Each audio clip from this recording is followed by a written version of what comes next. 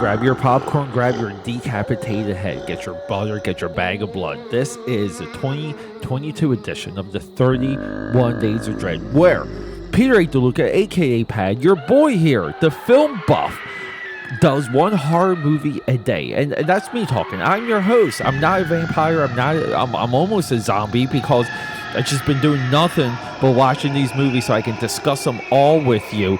But here it is, the 31 Days of Dread. Everyone, I am so excited to bring you these movies. We're doing modern day horror for the first time ever. We're barely even going to hit 2021. We're going to focus on 2022. So roll over in that coffin and let's go. Welcome to another installment. If you haven't heard that intro, 31 Days of Dread. I'm your host, Peter A. DeLuca, a.k.a. The Film Buff, also known as AKAPAD, a.k.a. Pad, another known as Peter A. DeLuca. Let's just get through that.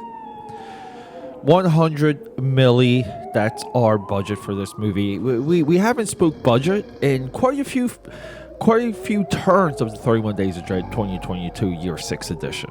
Why is that? Because it's less and less reported. How about that for a shock? The money spent on film for our content is less reported as the streaming wars go on. Now, is that a conspiracy? Is that a unintended consequence? Do people just not care? Is that everything? Who knows? What I'm saying is we know how much we spent for this movie. Day Shift, starring Jamie Foxx. Snoop Dogg, directed by J.J. Perry. He's a stunt guy. And you're like, wow, stunt guy? What's he doing? Well, I don't know. Some stunt guys directed Deadpool 2 and John Wick, Atomic Blonde, Terminator Salvation. These stunt guys get it. They really do. There must have been a secret cabal of stunt coordinators and professionals throughout the years that have just been waiting for their time. Big shout out to Scott Adkins, who's in this, because holy crap, I absolutely love Scott Adkins. I love him. Scott, I'm happy he hasn't become huge. He's like he's almost like a cinephile or like a film buffs dude. He is the film buffs dude. I do like that he's under the radar. I believe it preserves his name, his work, and his, we'll say it, legacy. He's looking more jacked than ever, by the way. But we have another definition of our mission statement this year. Not so much mission statement. Definition, right? It's all going to run through horror for the foreseeable future. And the 2022 31 Days of Dread is about looking at what we have immediately. And you guys can kind of see the trend. Every single film that I sit down and speak to all of you about, every single one they're pretty much first-time filmmakers. Now, some of them have a history, like in this case, stunts. So like a film set's not a mystery, or the film process isn't a complete mystery. Some of these individuals are TV or show directors. That's cool. But feature film is it's a different beast. It's more impossible to tame, and it's more impressive when it's controlled. So just seeing so many first timers, if you want to call them that, so many of these first timers do the impossible. They're coming out of the gate controlling $100 million business, $100 million army, and they're making it look like it's $100 million, which is okay. That's fine by me. If a $100 million movie looks like it's a $100 million movie, fine by me.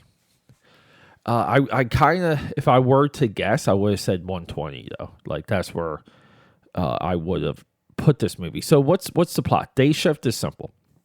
Jamie Foxx, down and out dude, struggling to make a little bit of a nut, trying to make his name in the world.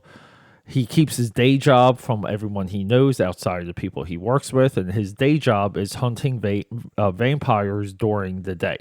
He sells their fangs. He needs the money. He's got a estranged wife. She's moving out of town. He needs money for the kids' tuition, to keep the house, to keep everyone. He just needs money. And we get that plight in him. So Jamie Foxx really gave us two brand new, amazing franchises. Everything sequel worthy. And I say franchises because Day Shift's worthy of a novel series, a comic book series, a cartoon series, a film series. And so is Project Power. He's doing the impossible at this point. He's giving us fresh takes, fresh ideas of genres that are, supposedly, they're tired. Vampire genre, tired. But he's giving us these fresh takes. That's what he's supposed to do. As a name on top of a movie, in front of a movie, that's his sign off on everything before it goes into production. Everything. Jamie Foxx's fingerprints are all over these projects, and you give him a ton of credit. Dave Franco, James Franco's brother. God, I love this family. I love James. I have his art books. I have his poetry book. Palo Alto. I've read it. The movie. I mean, his brother's a fantastic director. An unfortunate response to getting canceled. But whatever. I mean, it's I don't want to say that's the world we live in, as if I accept it, because I don't. But Dave Franco is equally fun and talented. He's looking pretty jacked in this movie too. Jamie Foxx just looks. I mean, Jamie Foxx's forearms in this movie alone deserve, co-credit. But yeah, we have a amazing film, a amazing entry into action horror. We have a vampire hunting movie as cool as Blade, finally. Dusk Till Dawn came close. John Carpenter's Vampires gave it a shot. I know I'm forgetting quite a few. But it really hasn't been there in a long time. Day Shift is 1000% COOL. It's worth your time. It's worth your effort. It's 2 hours. I think you'll be happy. You will be...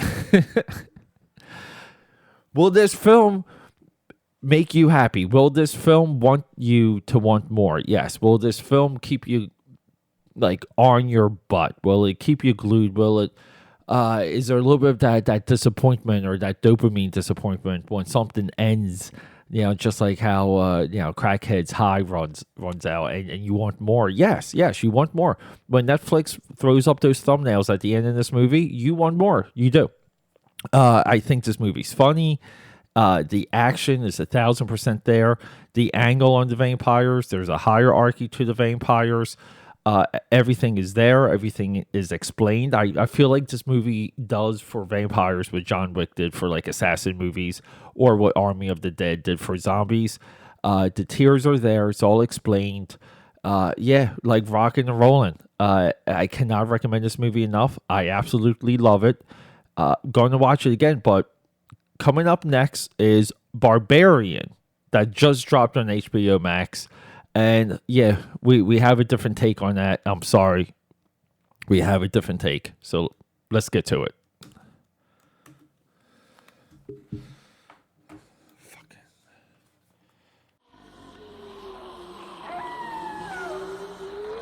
The future of film is horror, and thanks for all of that, everyone. Thanks for hanging out with me.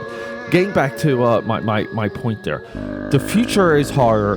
The future of cinema is horror. So everyone here, and I've never, ever, in all these years, I've never made this request. But everyone that we highlight, every single filmmaker, male, female, ghoul, goblin, you know the drill. But check them out. Find them on a streaming platform. I usually highlight how I watch these movies on which platform, even if I rented it or bought it, so you guys know a little bit of the price range. It's important that we support all of these movies and all of these filmmakers because they are the future. The future is horror. Thanks for hanging out.